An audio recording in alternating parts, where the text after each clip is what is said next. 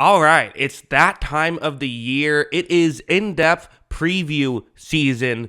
Usually I do these for every single playoff game, but given the fact that Colts-Texans is essentially a playoff game, there's the weird X factor of there could be a tie in this game, which would complicate things. But realistically, winner is into the playoffs, loser is out of the playoffs. That's just guaranteed. So I figured let's do an in-depth preview. Why don't we? We're going to start off with the Colts offense. That's what we're going to talk about in this video. So first we have to talk about kind of the history of these teams. This is this season Pro Football Focus grades at specific positional categories. And you see there's a pretty large mismatch according to PFF grades in the passing game. The Colts 26th passing and 25th receiving this season. Houston's covered well. They've been a top 10 coverage unit this season. So pretty big mismatch there. As for the offensive line versus pass rush, so pass blocking versus pass rush, it's good on good. Both have been right around 10th best.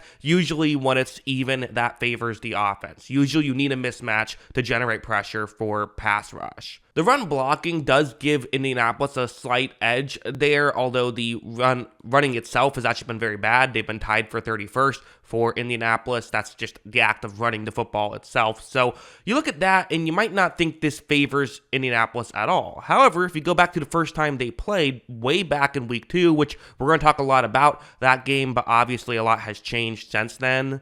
The Colts won that game and won it relatively handedly. They scored 31 in this game. They did get a fumble that kind of allowed them to get 7 points that way, so it wasn't all offensively, but still, 24 points is still pretty good. You might be thinking, wait a second, week 2, wasn't Anthony Richardson in that game? Well, yes and no. He was and he wasn't. You look at the total quarterback EPA per play, or just total EPA as well, is on here. You see Minshew and Richardson did both play, but Minshew's numbers were actually a little better. His advanced stats were a little better than Richardson's. His total EPA per play went up, and that's just all snaps. So Richardson's runs are included there, as are Minshew's runs, and sacks and things like that. All that's included. Minshew's completion percentage over expected was significantly higher than Richardson's, almost 25 points higher than Richardson in this scenario, and both of them ended the day better than Stroud in this one.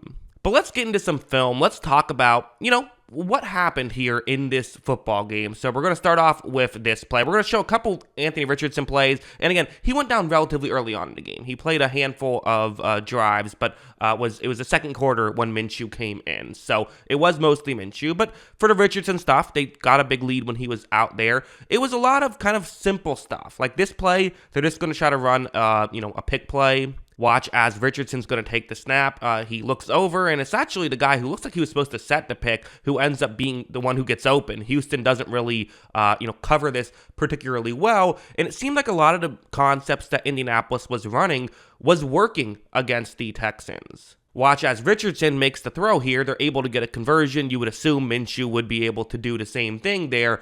Definitely, guys were getting open in this game due to, a lot of times, just good, well-schemed up plays. And so, again, there's kind of two ways you could take that, right? The first, which is obvious. Hey, if the offensive scheming worked the first game, why wouldn't it work the second? And the response would be an answer to that question, which is this was week 2, and the defense hadn't fully gotten together yet. Now they're playing a lot better. Now they just, they're less likely to make those, communication errors at times. And because of that, maybe you could kind of shore some of those things up. Also heading over to something like this, this is kind of a similar thing, Minshew in the game here. You see the concept, again, these are concepts, it's a solid concept against this coverage, it is. You have several players running in a similar section of the field, only a couple Houston players who are designed to cover that section of the field, which doesn't mean someone's guaranteed to be open, it just means someone else has to read the play and get over.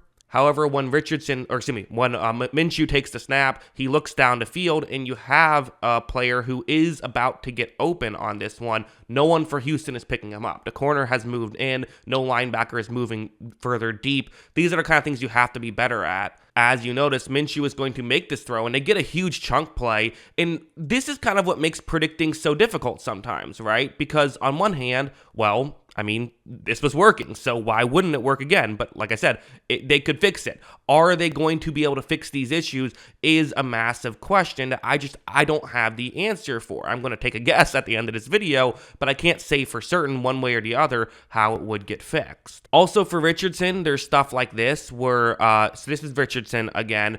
I wanted to bring up kind of what he brought to the table and how his impact on the game, I do think, affected things, even if he wasn't the quarterback who stayed in the game.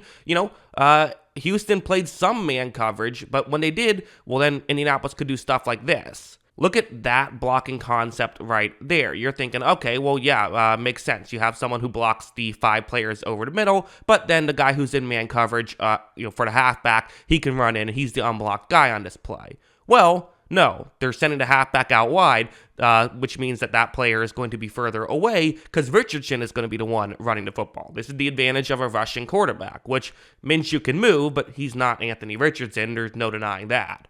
As you see, Richardson is going to take the snap. He is going to move up, and he is going to be able to get a touchdown on this play. So that's a play that the Colts will not have in the Week 18 matchup. But also, there's a bigger thing at play, which is the Texans went into this game knowing they had to play a lot of zone coverage, which I like to do anyway, but because of that, the Colts could kind of game plan around that, so even when Minshew came in, they still kind of had that advantage a little bit, which is not going to be the case going into Week 18. Just a thing to note. How big of a deal is that? I don't know, but it's something to note.